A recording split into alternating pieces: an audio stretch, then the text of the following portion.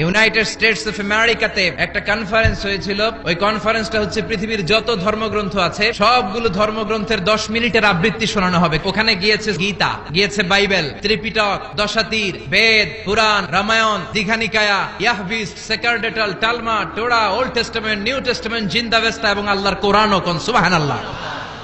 এই কনফারেন্সের উদ্দেশ্য হচ্ছে এইটা চেক করা কোন বইয়ের আবৃত্তিটা বেশি সুন্দর লাগে। সব ধর্মের শায়েকরা, গুরুরা, ধর্মনানকরা আর ফাদাররা আর কারীরা বসেছে। বিচারকের সামনে একটা গ্রিন বাটন, একটা রেড বাটন। প্রথমে ডাকা হয়েছে শ্রীমত ভগবত গীতা। 10 মিনিট পড়েছে। পড়ার পরে বিচারক রেড বাটনে প্রেস করেছে। সময় শেষ, নেমে গিয়েছে। সব ধর্ম গ্রন্থের আবৃত্তি এবং তেলাওয়াতের পরে সর্বশেষে মুসলমানদের ধর্মগ্রন্থ কোরআন আবৃত্তি করার জন্য ডাকা হয়েছে। এসেছে মিশরের কারি আব্দুল বাসিত ইবনে আব্দুস সামাদ। উনি দাড়ি রাখেন না, ক্লিন শেভ, পাতলা একটা চাদর আর জুব্বা পরে চলে এসেছে মাইকের সামনে। এসে আউযু বিল্লাহি মিনাশ শাইতানির রাজীম বলে টান দিয়েছে। উনি সূরা ফাতিহা পড়তে সময় নিয়ে নিয়েছে 13 মিনিট। শ্রীমত ভগবত গীতাওয়ালারা হাততালি দেয়, সময় শেষ, কোরআন গেছে। কিন্তু কি আজীব তামাশা, বিচারক তো লালবাতি চাপে না।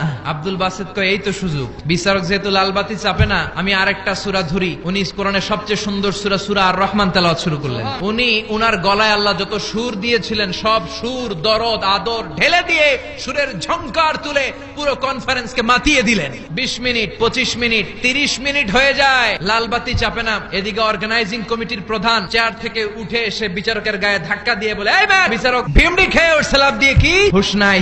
না পেরে বিচারক দাঁড়িয়ে বলে, ও আব্দুল বাসিত ইবনে আব্দুস সামাদ, আজকের এই প্রতিযোগিতায় তোর জন্য তেলাওয়াতের কোনো সময় নাই, তোর যত মনে চায় তুই পড়ে যা।